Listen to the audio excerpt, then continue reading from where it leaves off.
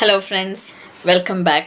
Today's new word, or you can say it as phrase, detrimental consequences.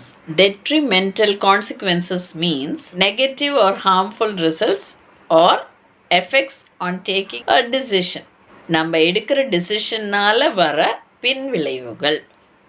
இப்போ நம்ம ஒழுங்காக படிக்கலை அப்படின்னா என்ன ஆகும், ரிசல்ட் எப்படி வரும், தப்பாக தான் வரும் இல்லையா.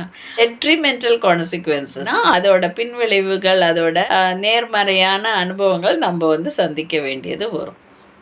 எக்ஸாம்பிளுக்கு நம்ம என்ன சொல்லலாம் அப்படின்னா, not saving money can have detrimental consequences in the future.